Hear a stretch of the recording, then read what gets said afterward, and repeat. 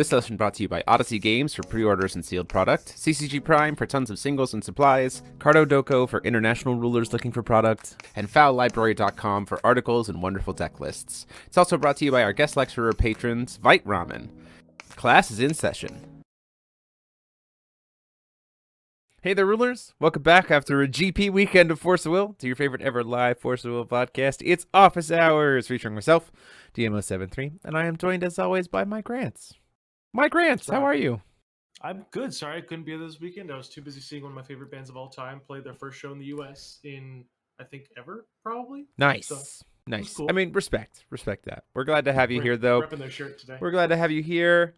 Your weekend was watch the stream, and then Saturday night went to see the band In Flames. Congrats! Ooh, In Flames is great. Nice. Vampire 989, good to see you here as well. We are always glad to have you here. Robert, have you heard of Sleep Token? They're very good. Go listen to them. Jeremy, continue. Sounds good. We're glad to be here to kind of talk about all kinds of things Force of Will related. As always, if you like what we're doing, want to consider supporting the channel, we appreciate it if you click that join button down below or send a super chat and say hi. It's the easiest way to support the channel financially, and we appreciate it. But outside of that, you can support us by clicking that subscribe button, liking the video, and sharing it out with people even after it goes to VOD mode after the podcast. We're happy to be able to do that for you, and we're so appreciative of that. As well as check out all of our wonderful sponsors down below, and FoW Fest. FoW Fest 2. It's coming, November 5th and 6th. The GPKCville is over. The next big competitive event in the history of the United States for this year is now FoW Fest. There is nothing to look forward to competitive-wise this season other than FoW Fest. So you better start going there. We got to get our room block filled up so then I can get another room block so we can get that filled up. It's going to be nuts. You can pre-register right now. You can also pre-register if you can't make it to FoW Fest. There are instructions on how to be able to get stuff mailed to you by emailing rulerschoolcontent@gmail.com after you register, and we can mail you your registration stuff after the event. So,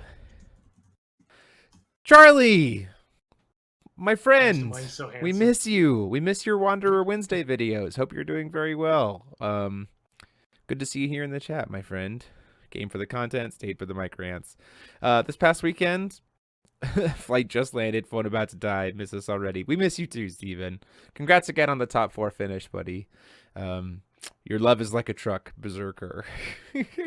The man did play a truck in his sideboard. He played a single copy of a truck in sideboard. He tagged me. I'm like, there's no way. And I looked at him. Like, well, also, okay. Tyler, who took third, played a single copy of Freyla's Devotee in the sideboard, which is a throwback to the last time he top 8'd, where it was fairer format, and he sideboarded a single Freyla's Devotee. And I distinctly remember Tyler was there at that event. He was staying somewhere else. I was staying with a bunch of other people, and a bunch of people were like, Jeremy, Tyler's one of your locals. Is there like a secret Freyla's Devotee tech that we didn't know about for Fairer? Because no one knew, like Tyler was newer to the scene. I was like, yeah, it's the most broken thing ever. Just wait until he uses it against you. Just like try to mess with people. No, the man just likes Freyla's Devotee. No, it's just waifu tax. And now both Truck and Freyla's Devotee are immortalized forever in top 8 list form. Yeah, but well still done. nobody brought Prego TK. Still wasn't the best event it could have been. Nope.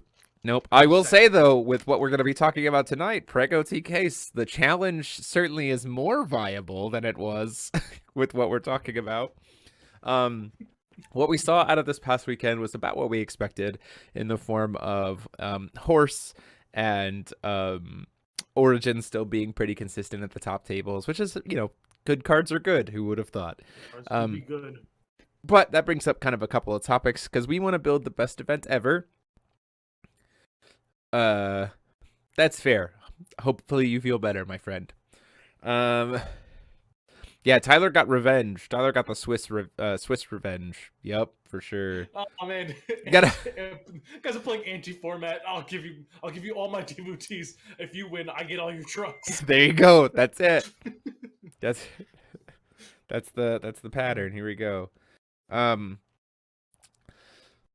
Did you look at these lists and wonder why did he run X card? That's the whole point. That's the whole point for it. I used to run, and I also think, why did I run X card? Yeah, for sure.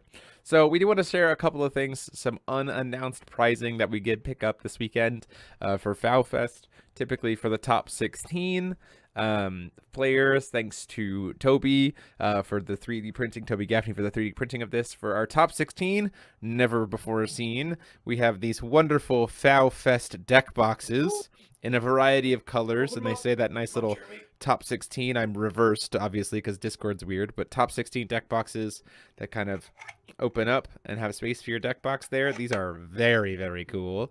So these will be going to the top 16. And then Toby got the wrong fight and made Top Gun. It worked out.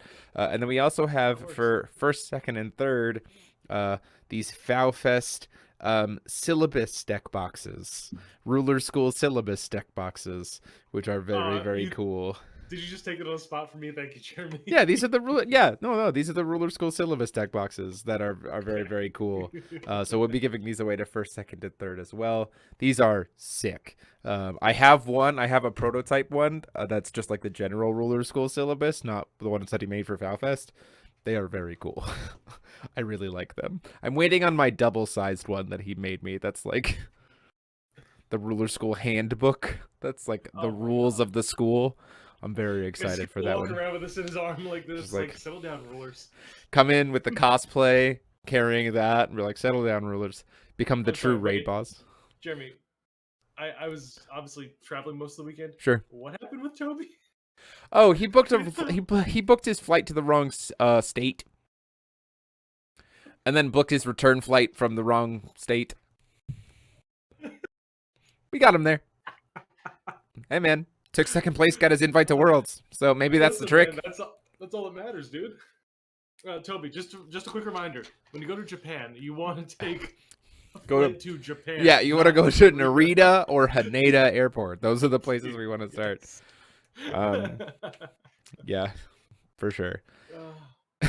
But yeah, that was our event. And so now we're looking forward to, we got that pricing and stuff. And it brings up the first kind of topic of FoW Fest, and that fact that now that FoW Fest is taking place about 2.5-3 weeks before the release of the new set, which means that would be new format, which means new ban list, right? Because every new dog's right outside my window, because every time a new set comes out, a new ban list drops, and as such, FoW Fest, there's no competitive events in the United States from Caseyville through the new set release.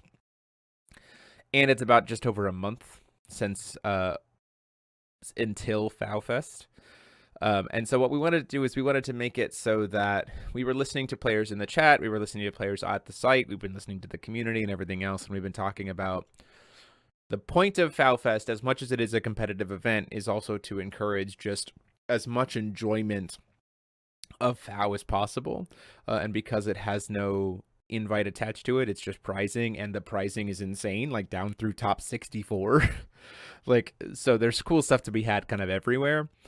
We have decided and gotten blessing to be able to institute a custom ban list for FoW Fest. That being said, one thing that is a certain, and so we asked the community about it. We'd be interested to hear your thoughts. It will be absolutely confirmed whether or not we're going to do it later this week, because so that way people have like a full, like over a month to test for the new environment. But at this point in time, there are two options. First off is an Origins of the Seven Lands hard ban. Like, both of the options contain that Origins of the Seven Lands will just be hard banned from the format. And the second is either a hard ban of Warhorse, or combination ban of Warhorse with Machina and Neverend. And so I'd be curious to hear what the thoughts are of the chat, as well as your thoughts, Mike. Yep. What are your... agreed there. I've always felt that as soon as I started printing cards that got benefits from being revealed, Origin was going to be a problem no matter what. The fact that keep printing more as we go along has also been like a little bit of a thing you think there. I think as soon as I saw that Origins was banned with Irons as a combo ban, I'm like, this just feels like it's like putting a band-aid over a gaping wound. Like, obviously it solves like this little piece of the wound here, but there's this whole layer of skin that's missing. We should probably get like a kind of approach to that. So I'm very much in favor of that Origins ban. Yeah. Does it mean that it makes it harder for me to sell my Origins? Yes, but also like at the same time, like I already want to. Yeah, for sure. Yeah, I think they've set up a precedent for going from a card being combination banned to full banned already with Echidna. So I think a lot of people are already saying like it's a very real chance that it just gets hard banned next set anyway, especially if they're going to reveal even more cards to get benefits when revealed outside the board.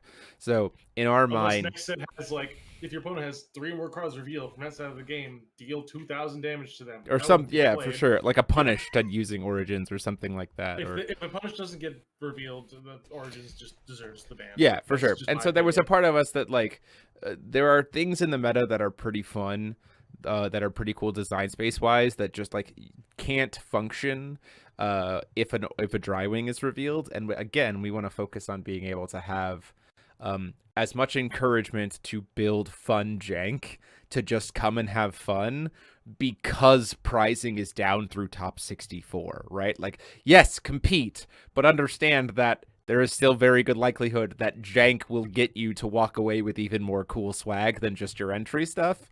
And so as such, we want to make that space as wide as possible, which actually brings us to some weird, the juxtaposition of the two ideas for Warhorse. Because Warhorse is very strong. In my opinion, the two most abusive uses of horse are Never End, to like establish an eternal board with a 15/15 flyer that's swinging at you like that quickly, and Machina, who just gets free Never End, who just gets free horses infinitely, right? Every other deck that I've seen running horse, like there are some pretty cheeky horse plays that we even saw this weekend in the form of like Awakening of Feasting to get a Never End, or to get a Magi Trooper and a horse for 1 green. Like that's cute, I get it. Yep. When you combine it with like Magic Stone Research Institute to get those things big, like that kind of combination of things makes for some things that are strong for sure, but like strong cards are allowed to be strong. Most of what I saw with horse was honestly like cute, like cute ideas. And then also you The take thing is, Warhorse is it is a cute card. Like it puts like IU on the map as a Alice Origins fun... Rulers, it actually, so the very interesting, hear me out about Alice Origin Rulers. So Regalia Beast was printed in AO2, and we went, oh, this is a really neat trick for Wanderer support for Alice Origin Rulers. Warhorse is actually a better support trick for Alice Origin Rulers, because if you're on the coin, you can go tap for stone, use the stone to play Yggdrasil. Yggdrasil searches out your Regalia and Horse. Horse gives Yggdrasil swiftness. Coin, Yggdrasil, play your Regalia. And like, sure, you can't judgment that turn because you're not doing, like, you're tapped, right? But the other two modes is pretty cool. Like, that to me is like, oh, that's a cool little power boost to Alice Origins Rulers, and kind of like, especially because they're basically unplayable with driving in the format. right. And then again, that's the same kind of thing, right? You take driving out of the format, suddenly Alice Origins cards are, Rulers have some play space there, and one of their coolest tools is Horse. So like, do we also want to, like, do we want to free them to explore the format, but also take away a cool tool that they've been given? Right? It's a toss-up. And so I'd be interested to hear your thoughts, as well as the chat's thoughts about one way or the other of like a hard ban or using those two combination bans. Yep. So personally speaking, Jeremy, you obviously know that I am much more proponent for hard banning than combo banning. Mm-hmm. I understand the point of it. Please focus on me. Thank you very much. Thank you. You know that I'm a big advocate for actual bannings rather than soft bannings. Sure. Just because I think that if a card is repeating to be a problem, and the options are either to see if it's a problem without a certain interaction or see if it's a format's better without the problem itself, I prefer the latter of the two options. Right. So obviously you know that my choice is going to be, if I were to have my say in it, would be to ban horse outright. But yeah. I do understand taking away these two options with Machina and Never End, but leaving it for something like IU for Fair's Judgment to get the horse out of the deck, to give Fair's like the 4-drop Resonator that you grab off of Fair's Swiftness. Like, yeah, it's one of those things where the biggest question to me becomes, and it's a 2-part question, and I consider this when I was even posing the idea of the combination ban versus the other thing, is if I unban Drywing, or if I ban Origins, but I only combination ban Warhorse, does the approach to what I build for FoW Fest be what are the coolest Wanderer things I can do with Warhorse? And so then everyone's thinking about Warhorse, and that's a like tunnel visioned mentality that I think kind of goes against the spirit of FoW Fest. That like, yeah, I'm letting old rulers play with old tools, but then everyone's just gonna be like, what can I do with horse? As opposed to like, no, I want to play this ruler. What are some really cool things that I can do with this ruler? And like shifting the focus of the deck building approach. And so like that, I really am at like a 50-50 split right now. So and that kind of explains my theory crafting there. Is Blackwich the only good answer to Warhorse? No, there are other good answers to Warhorse, and we saw that this weekend. Like, Falling to the Cracks of Time is very, very good against, like, the never-end Warhorses and stuff. As we saw, like, cards in this decks in this last GP were playing Falling into the Cracks of Time. Aristella, like, wasn't able to really establish his boards as easily because their Warhorses would never hit field, their Neverhens would never hit field, everything else. But then you try... Necronomicon barrier, things like that. But then you saw like the Machina deck was like, I mean, you put him back in my deck, I'm just going to search him again. Like, you know what I mean? So hence why, like, again, I think that Machina and Neverend are the most abusive versions of Warhorse. Which is why it's like, if I'm only going to do a little bit to it, that. But yeah, it's a difficult question, right? Because it comes to the balance of, you want to encourage ingenuity, but you also don't want to like set the bar for what people have to be building with. Because again, that goes against the spirit of what I want FoW Fest to be, which is a celebration of all things FoW, not a celebration of what can we do to Warhorse in FoW. Right? So it's why a toss-up.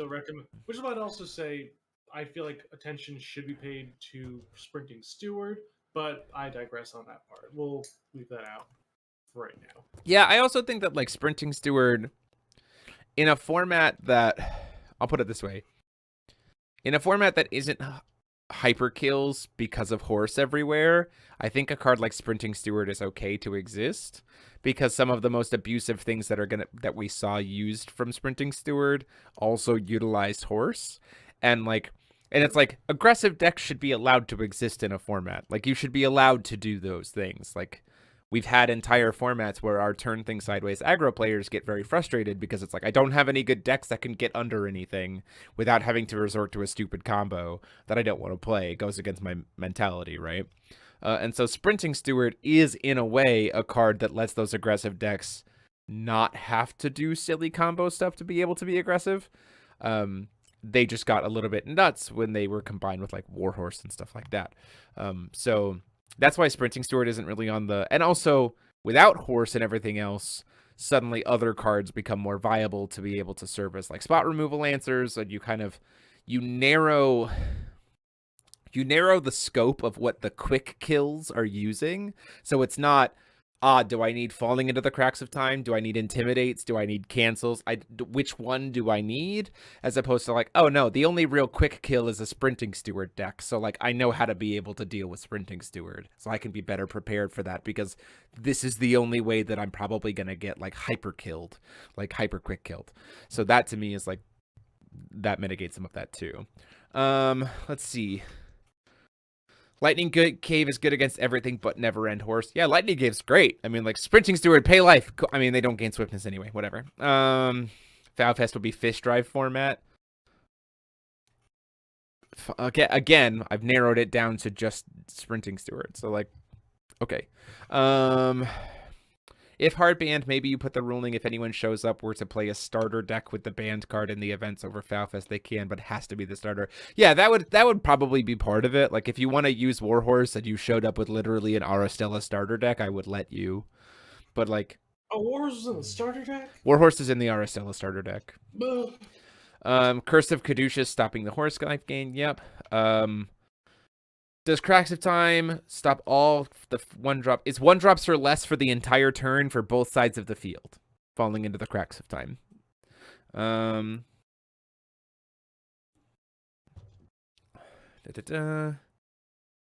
Fish Drive, Sprinting Steward, Sleeper, Vampire 989. You're like 2 weeks too late on that one. Yeah, we did talk about that a couple weeks ago.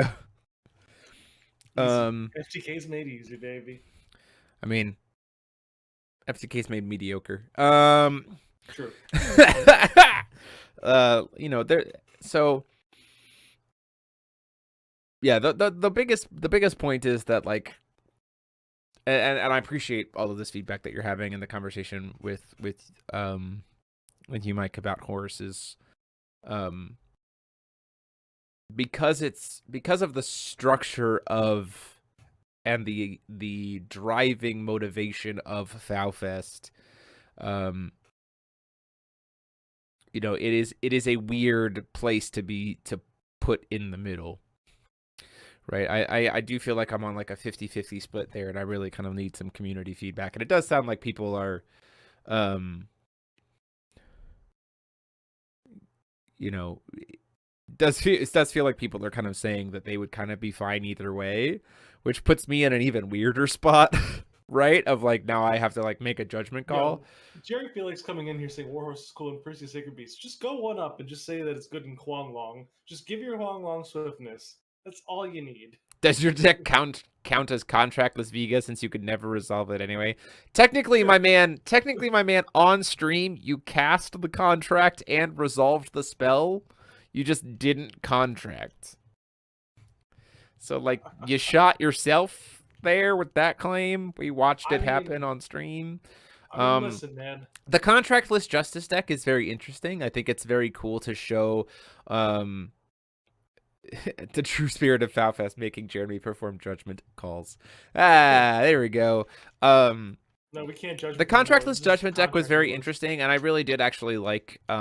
We saw a contractless Justice take second place, which showed that like sometimes for those people who were like, I didn't get 4 Justices, like, okay, there's still a fun Falchion list that you can play. And then also we saw a Aristella control deck that the only contract it ran was the Marvel Rare contract, to be able to like reload God's Arts and eventually potentially slam the mech. So like that was cool to me. Like people were doing some pretty clever stuff. I feel like every time I hear people talking about contracts, I still don't play the mechanic, but it just continues to sound like these rules are good because Cocoons and Moon Children. It's mostly the masteries for contractless, to be perfectly honest. Daily research, just being able to get you any edition you want. Doesn't daily research need Falchion? You just tap Falchion. Oh, it's one of the ones that needs the ruler side. Okay. Yeah, the ruler side. Cool. I know there were certain ones that needed the J ruler side, certain ones that needed the ruler side. So that's cool. Yeah, that was the whole idea between contractless Justice, was just to use daily research, because of how that works. And that's the other thing too, of like, I've had some people message me being like, oh, you should also, people have been contacting me of like, what if you think about adding these other things to the ban list? And I will say to this, most of the time, in my mind, when I think about how big of a like custom ban list it is, I want this to be as small of a change from the current environment as possible, so that I don't completely invalidate all of the current playtesting that people have done. But I also am kind of guiding the turn count more in a way that I feel like is more exploratory. But I also don't want to, I had people saying like, well, what about if you unban things? I'm like, I'm not unbanning anything, because that actually could create a run on the market that some people just couldn't participate in. And again, goes against the spirit of FoW Fest. That's not what it's about. So, I've had people message me about other stuff, but at this point in time, a lot of that's already been considered and discussed, through lots of different channels, and currently the 2 potential options are Origins plus a combo horse ban, or Origins plus a full horse ban. Green Kid definitely got its respect this weekend. Yep. I was impressed by that as well. Yeah, so that's kind of my ideas for that. It's good to kind of hear your feedback and kind of share, because again, there's a lot of cool stuff to explore in FoW, and I'm honestly really glad to see the community. We had this conversation too about like Does Road to the Sacred Queen make them all come into play tapped? Let's go. Let's go. There's this world where utilizing a custom ban list, does that delegitimize or like put the reputation of the host of that event into question? And I spoke about that too when I was talking to people about it. In my mind, again, there's no competitive events between now and next set. There's prizing down through top 64th. There's no invites on the line. And the new set drops 2.5-ish weeks after the FoW Fest. So, like, even if I was to keep the same competitive environment as it was for Caseyville, there would be no lesson to be learned in terms of competitive experience from FoW Fest because 2 weeks later the format changes, right? So in my mind, this is almost kind of the perfect event to try to do a custom ban list because the pricing is down so deep.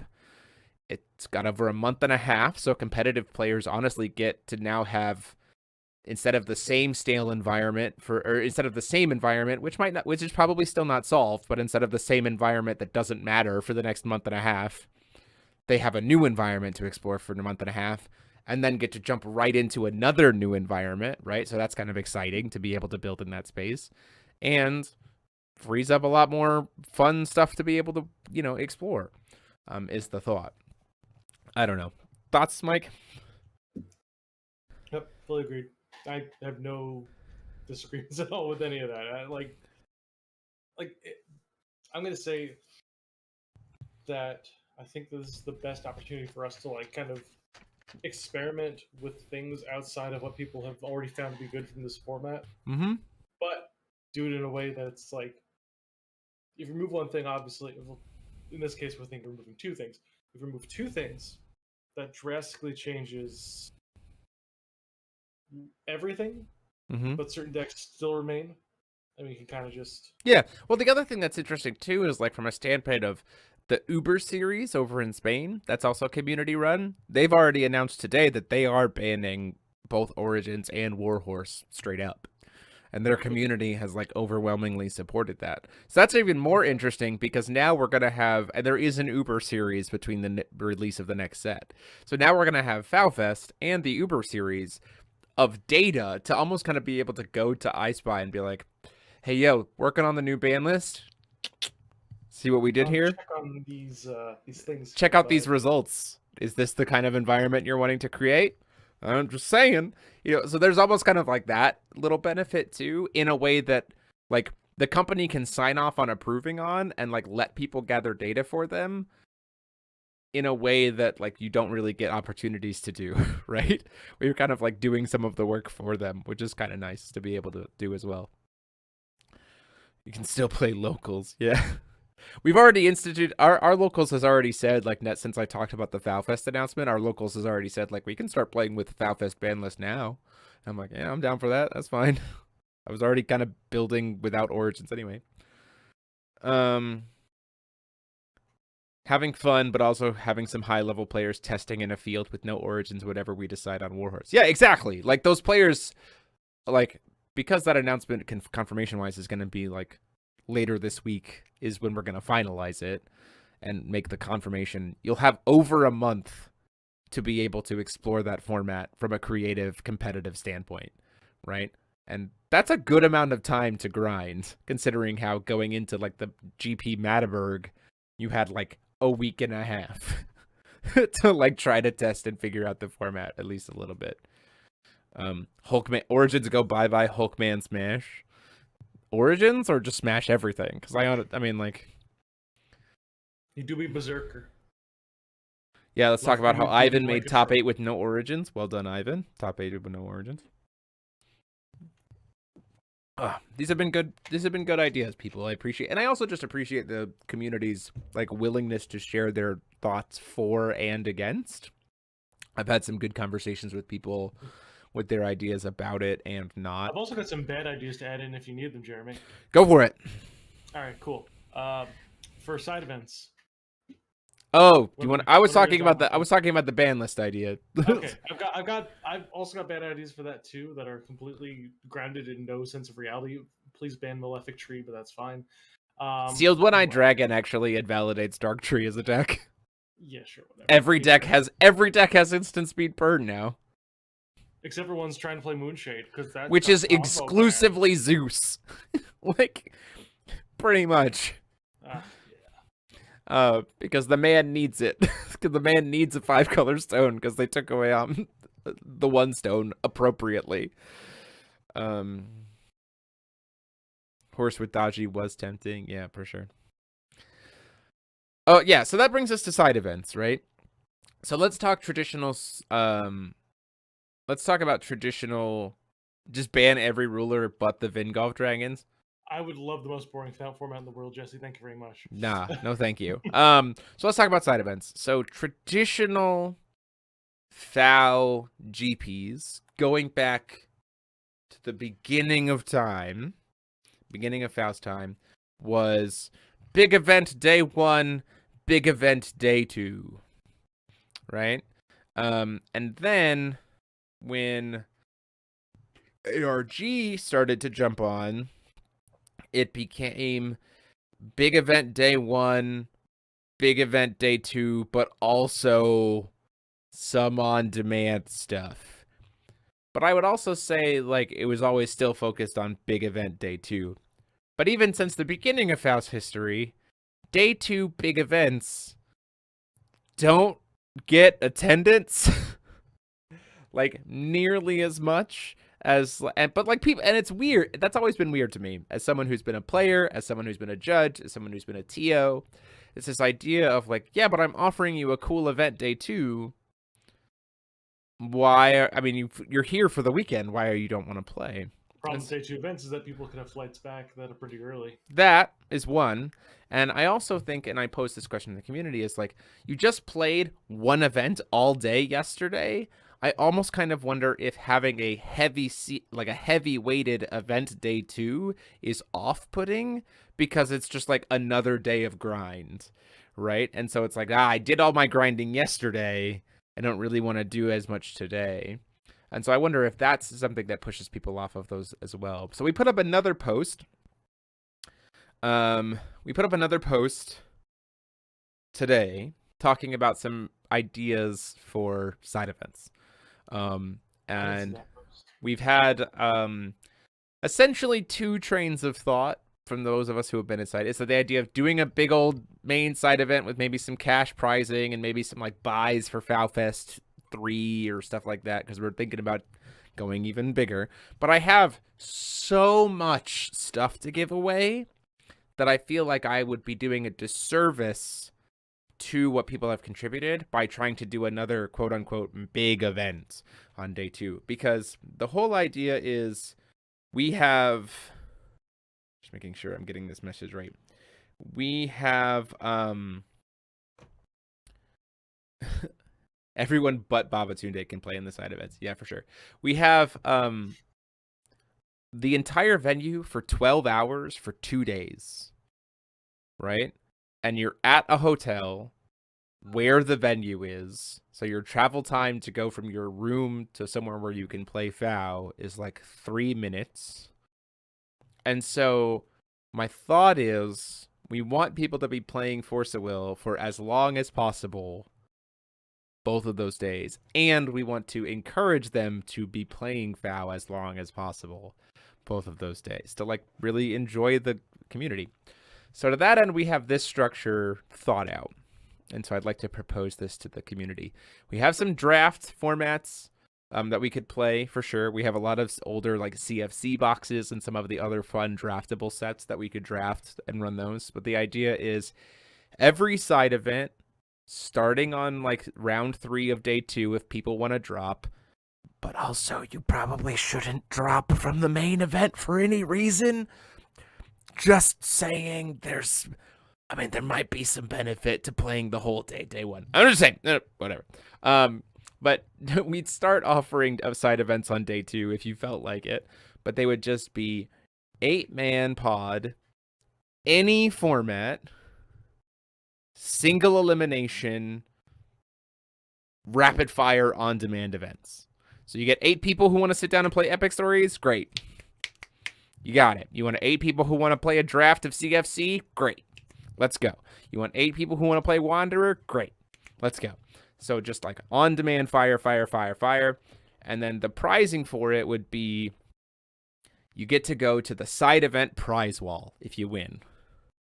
And the side event prize wall has playmats. It has other swag. It has Chinese Melfies and Blackwitches. And you just like, welcome to the prize wall. You've won.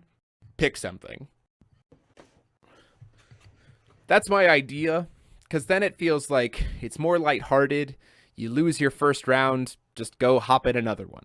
And you can kind of like keep kind of going in it. It's also not cash for the side events, so it feels a little bit more like less stressful and more encouraging to just like enjoy yourself. And with any format, you know, you can kind of play whatever.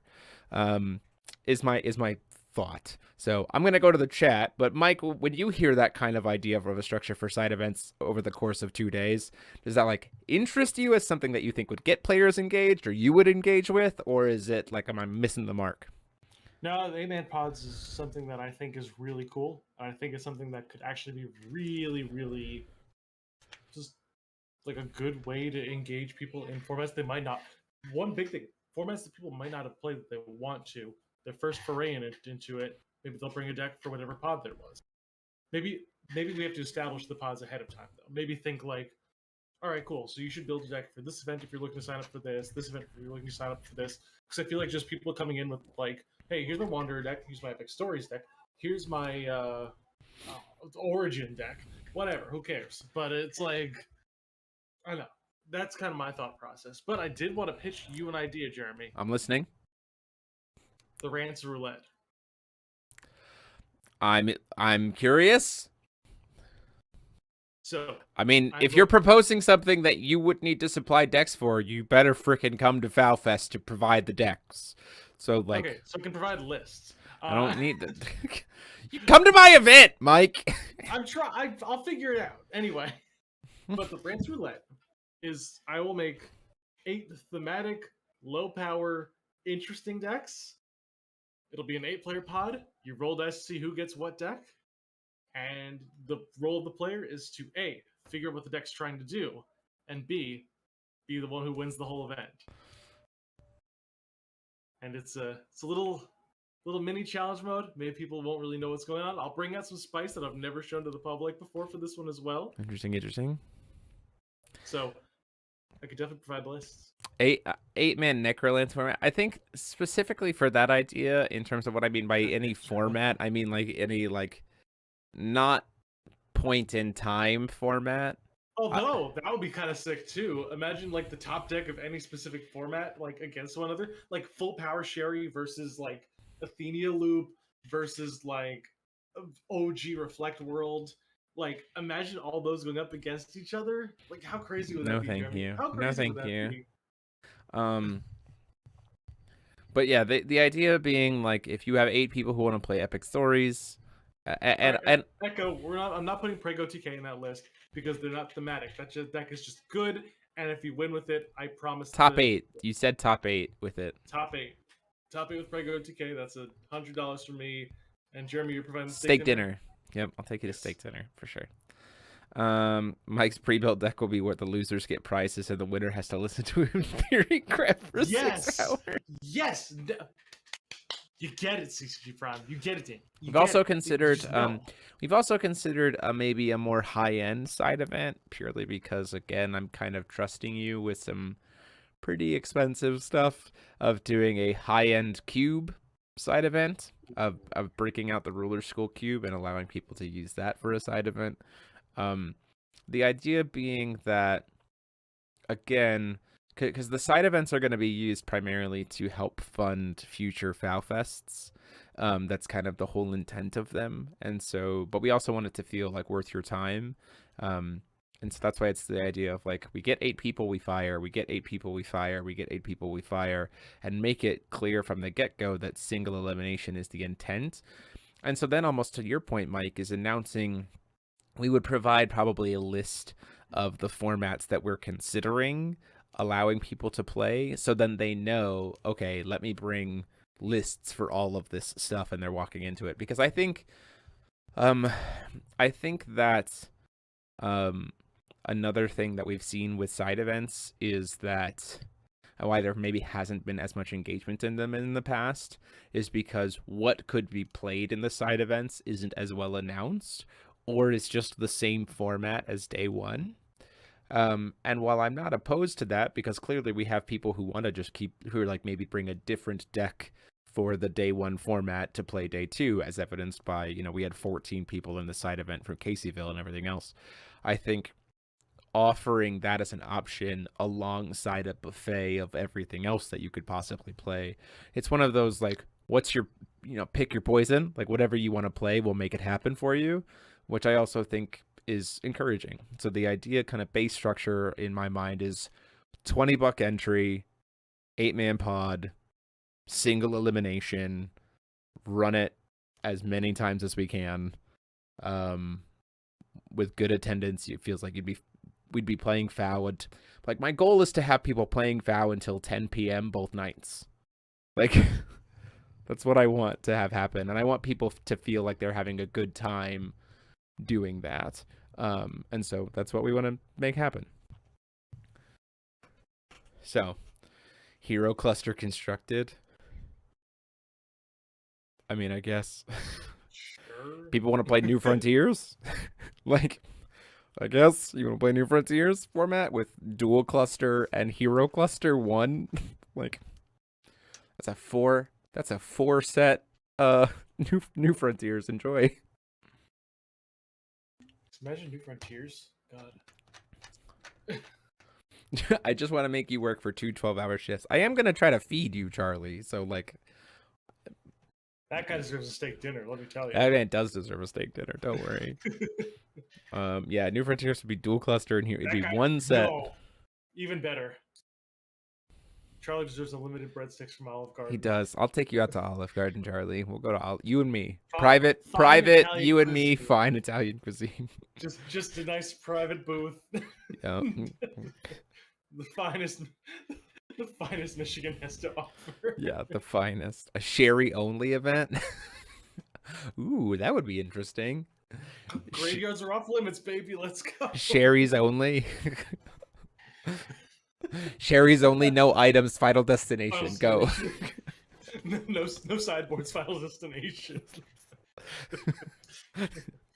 That's the idea. No extra deck sherry. Let's go. Can you imagine sherry with horse?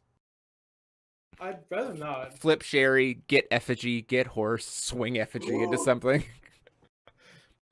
You've also just cleared 2 things. Yeah, so and clear 2 things. Whoops. Yikes. Yeah, cube draft, certainly something. That one would probably be a little bit more expensive. Like I said, it'd probably be about a $40 event. Just because there's the extra fact of... Oh, Genesis side event. But we'd also be... Genesis would be a format. Wanderer, Epic Stories. You can only use rulers from MOA. Not that there are no rulers from MOA. CFC drafts, like do an 8-man pod of a CFC draft. You can keep whatever you draft, plus you get the stuff for the prize wall. Like, we have so much stuff to give away that I don't think people understand just exactly. Like we said it before. Too constructed. Like we have, at this point in time, we have over 25 grand worth of cash and prizes for this event. Like, there's some money. Please take this from me. Take it out of my hands so that make sure Jeremy goes home with literally nothing to put in his suitcase. Like, that would be fantastic. I would love to walk away from FoW Fest and be like, I have no prizing for FoW Fest 3. I have a year. Let's go. Like, I would love to be able to do that in such a way, because we really just want it to be for people. And this is not even counting this, like, surprises that I have that I haven't shown off yet, that I will not be showing off. Like, y'all people gonna be crazy. Like, chaos drafts, tell me more. I'm interested in chaos drafts. I know CCG Prime has a ton of sealed product we could use for some chaos drafts. Like, that would be dope. Take some promos, please. You will certainly get some promos for sure. An Origins event with promo Chronos on the line and OG Valhalla promos. That would be dope. I'd be down for that. Pro 60K only format. But like this, you all are bringing up wonderful. FTK's only draft. Let's go. Okay, If- one if- person gets Alhamat. One person. No, so, FTK's only format. Here's the deal. Here's how it goes. Okay. FTK's only. Right? No items. Both players, hold on. Both players get one turn, even if they die. If you FTK your opponent and they don't FTK you back, you win. If you FTK your opponent and they FTK you back, it's a draw. I'll do it again. Like, you just give both. And if you can't FTK your opponent and they can FTK you, like, you lose. Like, you only get one turn. Like, okay, I'm into it. I'd be down for that. That actually sounds kind of fun. That sounds kind of fun. Like, it sounds like the worst format ever. It sounds like playing Yu-Gi-Oh. Great. I love coin flips. Let's do it. I love advanced But that's what I'm saying. Like, that's why I'm saying, like, you both get a turn regardless. Like, Robert Greene just inspired one of the best things I've ever seen in my entire life. Okay, so it's this complex FTK puzzle. What if we set up a board with a lethal puzzle? Do some like challenges as like another side event thing of like we'll set up so here's what we'll do. We'll set up some ruler riddles on site, and if you can answer the ruler riddle, you'll get a prize. Yeah. I don't hate this idea. I don't either. It's also single player events, so go quickly for people that need to get out of there. Now we just got to start building ruler puzzles. Okay, I need to get Ryan and Lars and you to start building me a book. Just a book of like that I can print off and be like, this is the board state, how do you solve it? This is the board state, how do you solve it?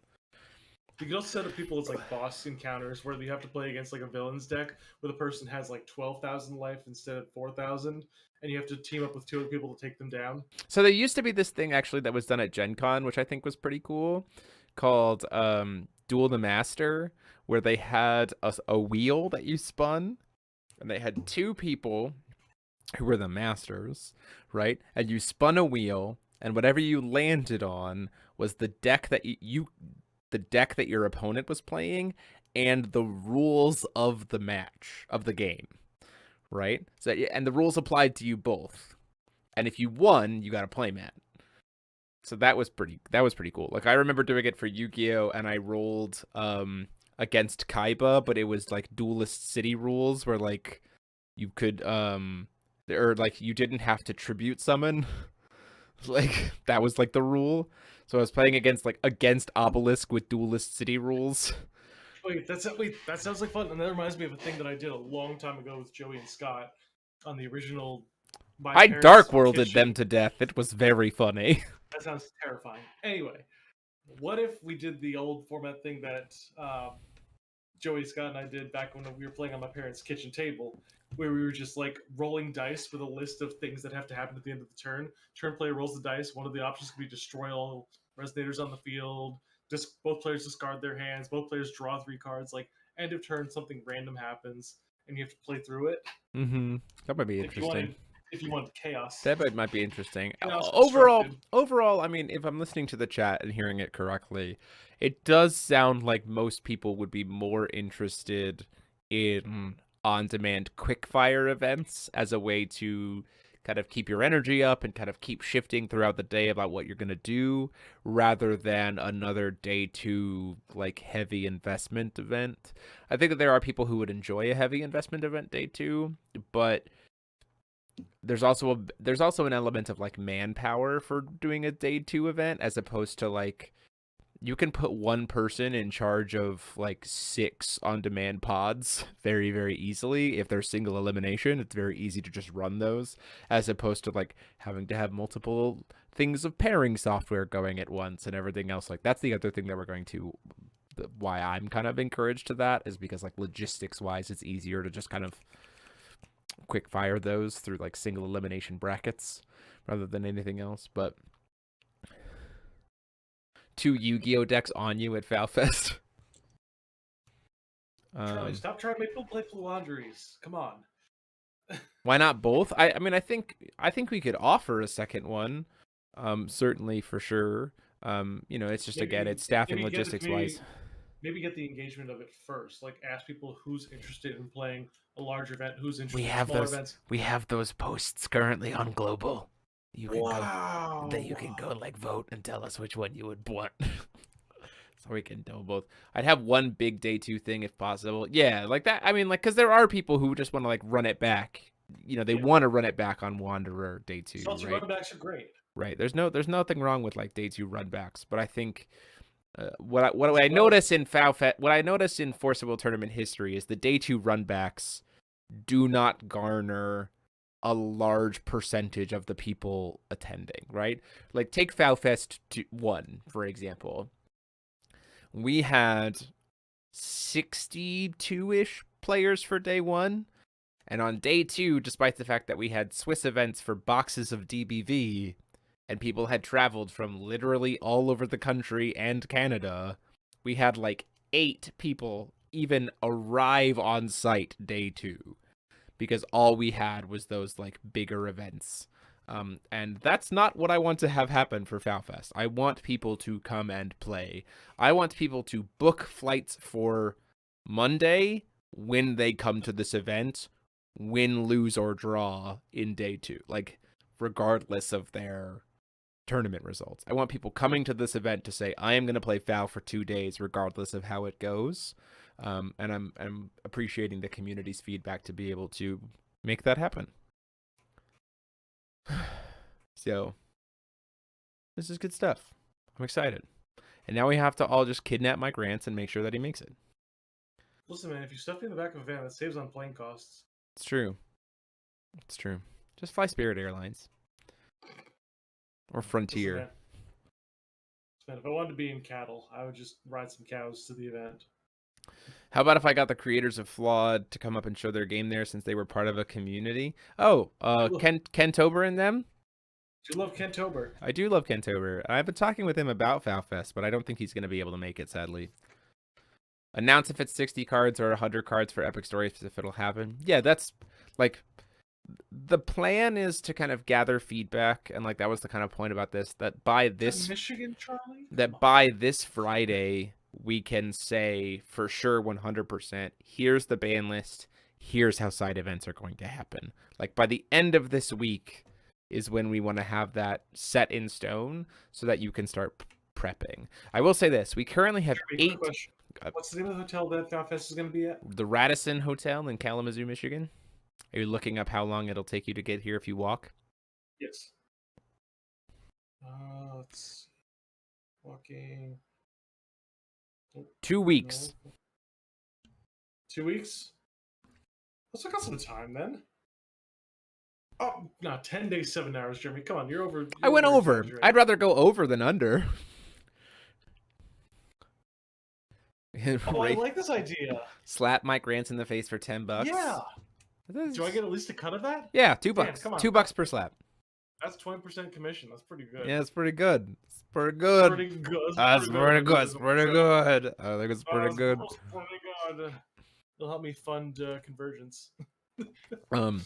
So yeah, the hope is that by this Friday, we're able to really lock in exactly what the ban list is going to be and exactly what the prize event, side event structure is going to be like.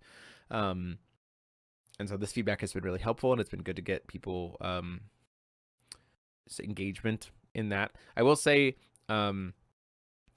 just as a reminder, if you are planning on coming, I would recommend pre-registering. As it stands right now, we have 18 players pre-registered, but also Forcible players are notorious for not pre-registering for events. Like, just absolutely bad at it. But please do. Pre-register. Yeah, we should pre-register for this event for sure.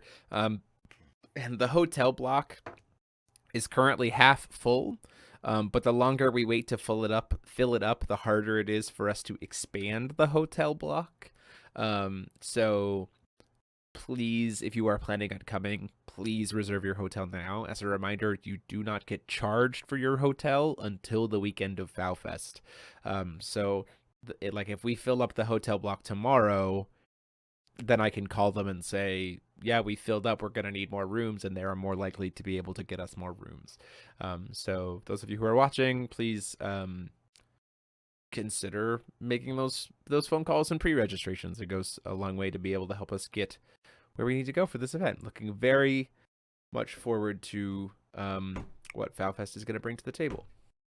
My door is being knocked on or pulled.